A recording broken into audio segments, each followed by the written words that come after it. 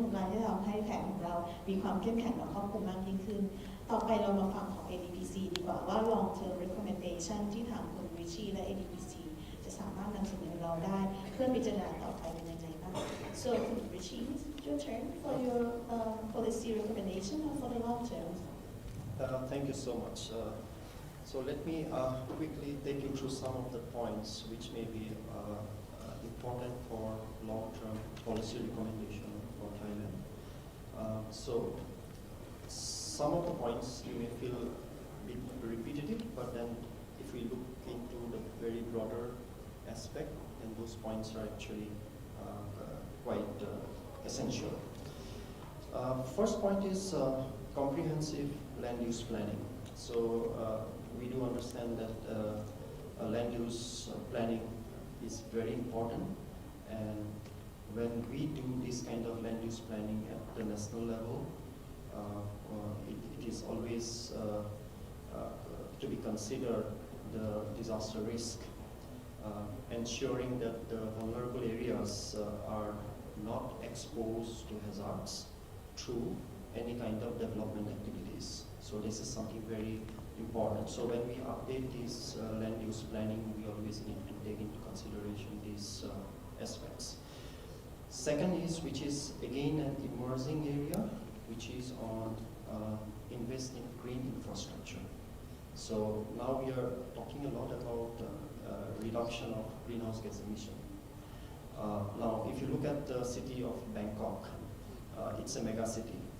and as a mega city you see there is less greeneries because there is more infrastructure, there is more buildings, more high-rises. So the only way where we can include green infrastructure in Bangkok could be in the form of urban and peri-urban agriculture. So which is like in most of, I have seen in most of the condominium, new upcoming condominiums that they introduce these terrace gardenings, all right? So this is something, a concept which is coming up. But then at the same time, with so much of expansion being taking place, so we need to also emphasize that how best we can make use of this green infrastructure. As I just mentioned, like urban green spaces, natural buffers, sustainable drainage system, so that you are not having problems of waterlogging. And so these all will lead to kind of enhancing the resilience, and also it will promote environmental sustainability. ก็ทางคุณริชี่ก็มีข้อเสนอในเรื่องของ long term recommendation นะคะอันดับที่1ก็คือว่าการที่มีการวางแผนการใช้พื้นที่ดินในพื้นที่อย่างเป็นระบบนะคะเพราะว่าการพัฒนารวมถึงการดำเนินงานในพื้นที่เนี่ยจำเป็นที่เราจะต้องมีการพิจารณาในทุกมิติของการใช้พื้นที่และที่ดินในจังหวัดหรือในพื้นที่นั้นๆเพราะว่าเราจะต้องมั่นใจได้ว่าพื้นที่ที่มีความเสี่ยงต่อน้ำท่วมต่อภัยพิบัติทางธรรมชาติทั้งหลายเนี่ยไม่ได้ถูกนำไปพิจารณาในการที่จะสร้างสิ่งก่อสร้างใดๆที่จะเกี่ยวข้องกับการพัฒนาอย่างเช่นสร้างเป็นตลาดสร้างเป็นพื้นที่อาคารพาณิชย์หรืออะไรใดๆฉะนั้นเนี่ยณขณะเนี้ยพื้นที่ของจังหวัดของพื้นที่ของเราอาจจะได้รับการผลกระทบจากการเปลี่ยนแปลงสภาพภูมิอากาศไม่ว่าน้ำท่วมที่มีมากขึ้นพื้นที่บางพื้นที่ท่วมพื้นที่เคยท่วมมาแล้วแต่ปีนี้แล้งพื้นที่บางพื้นที่ไม่เคยท่วมเลยมาเป็น10 ปีแต่ปีนี้น้ำท่วมฉะนั้นเนี่ยเราจะต้องมีการที่จะทำงานร่วมกับทุกภาคส่วนในการที่จะทำแผนที่พื้นที่เสี่ยงภัยในจังหวัดและการพื้นที่การใช้งานของจังหวัดให้สอดคล้องกันแล้วก็ลดความเสี่ยงมากที่สุดว่าพื้นที่ที่ต้องได้รับการพัฒนาหรือพื้นที่เศรษฐกิจจะไม่ไปตั้งอยู่ในพื้นที่ที่จะมีความเสี่ยงต่อสาธารณภัยนะคะอันที่2ก็คือการที่จะต้องมีการลงทุนในเรื่องของการสร้าง infrastructure หรือสาธารณูปโภคสีเขียวเราบอกสาธารณูปโภคสีเขียว green infrastructure ก็คือการสร้างพื้นที่สีเขียวในเขตเมืองของเรานี่เองเพราะว่าการสร้างพื้นที่สีเขียวก็จะเป็นการลดอุณหภูมิรวมถึงสามารถที่จะเป็น buffer ในเรื่องของการสร้างสุขภาวะที่ดีในการที่อยู่อาศัยในเขตเมืองได้เช่นกันไม่ว่าจะเป็นการปลูกป่าในเขตเมืองหรือป่าบนอาคารสูงหรือแม้กระทั่งการปลูกต้นไม้แล้วก็การเรื่องของคลองต่างๆในพื้นที่ยกตัวอย่างในกรุงเทพมหานคร next point is related to sustainable agricultural practices. So as far as possible, it is always necessary to promote sustainable agricultural practices, especially when it comes to water conservation and also soil conservation, because this would actually ensure direct impact to the farming communities from floods and droughts. Now, if you look at this particular region, so this region has recently, of course, since 2015, with the outbreak of the severe El Nino, you have been seeing that drought has become a very frequent phenomenon.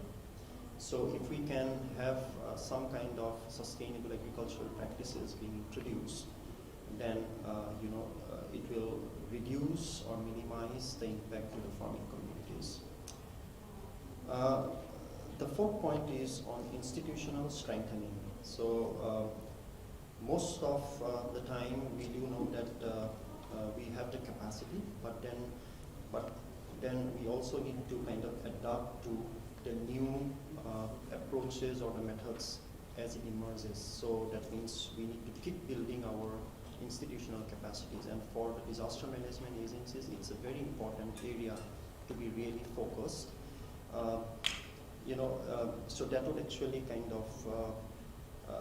identify what are your needs and to what level the capacity of that institution needs to be built. At the same time, also ensure the coordination, resource mobilization, and data sharing among the relevant agencies. So these are some areas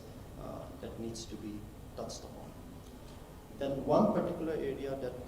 I think some of the countries are now giving a lot of focus, especially in Southeast Asia as well, also in South Asia, is the disaster risk financing. I think people have started talking about disaster risk financing. So when we talk about disaster risk financing, it's basically some kinds of incentives or the bonds that we can introduce or the government can invest to provide financial protection to the communities at risk, and that would kind of prevent these communities from any kind of catastrophic events that might impact them directly or indirectly. ข้อที่3นะคะในข้อที่3ที่เขาเสนอก็คือในเรื่องของการสนับสนุนให้มีการใช้การเกษตรอย่างยั่งยืนโดยเพื่อที่จะลดของในเรื่องของโดยปัญหาในเรื่องของภัยแล้งต่างๆนะคะเพราะตอนนี้การเกษตรถ้าเกิดเป็นแบบดั้งเดิมที่เรามีการใช้น้ำค่อนข้างเยอะเนี่ยก็จะมีการปัญหาที่ตามมาก็คือจะมีเรื่องของภัยแล้งการดำเนินการเกษตรอย่างยั่งยืนเนี่ยก็จะสามารถที่จะช่วยในเรื่องของการรักษาสภาพดินรักษาสภาพแหล่งน้ำต่างๆรวมถึงแก้ปัญหาภัยแล้งได้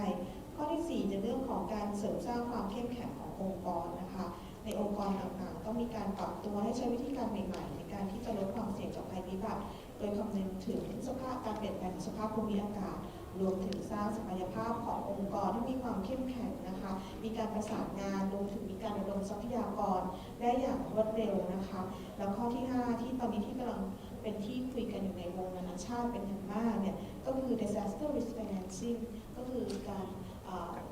มาตรการทางการเงินการคลังเพื่อการลดความเสี่ยงจากภัยพิบัตินะคะอย่างเช่นมาตรการในเรื่องของการประกันความเสี่ยงในเรื่องของการอินชัวรันซ์ต่างๆในเรื่องของการที่จะทำอย่างไรในการที่จะลงทุนแล้วก็ใช้ incentive ต่างๆเพื่อที่จะทำให้พื้นที่ของเรามีความปลอดภัยรวมถึงประชาชนที่อยู่ในพื้นที่นั้นสามารถที่จะอยู่กับภัยพิบัติรับมือกับภัยพิบัติได้อย่างปลอดภัยมากยิ่งขึ้น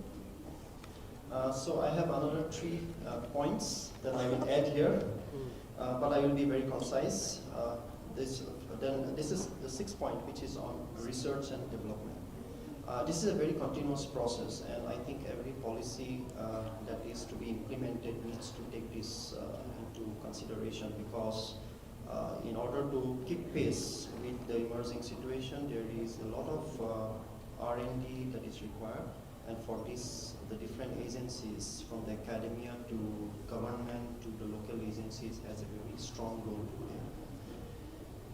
Then the second last point is on sustainable urban planning. That is actually basically this new concept of smart cities are coming up now, you know. I can give one example. I'm from India, so in India now government is giving a lot of emphasis on transforming some of the cities into smart cities, you know. So this is one concept maybe can be for the future, but at least this can be taken into consideration. And last but not the least, which is very important, without partnership and without collaboration, so this cannot be achieved. So there should be partnerships with the development agencies, access to funding from different financial donors, so that this kind of activities can be implemented effectively on the ground, minimizing the risk to the vulnerable communities. And one very last point, which is again a very kind of lot of emphasis has been given. Is, I don't know if you are aware of, we talk about gender equality, but there has been a new term that has been added that is called gender equality and social inclusion. Social inclusion. So this is, in short, it is called GESI. So which means that all genders, be it male, female, have to have equal say in the decision-making process, and each one has to understand how each one is impacted by a disaster or any kind of emerging situation. So these are some of the long-term policy recommendations that may be taken into consideration. So yeah, thank you. I will stop here.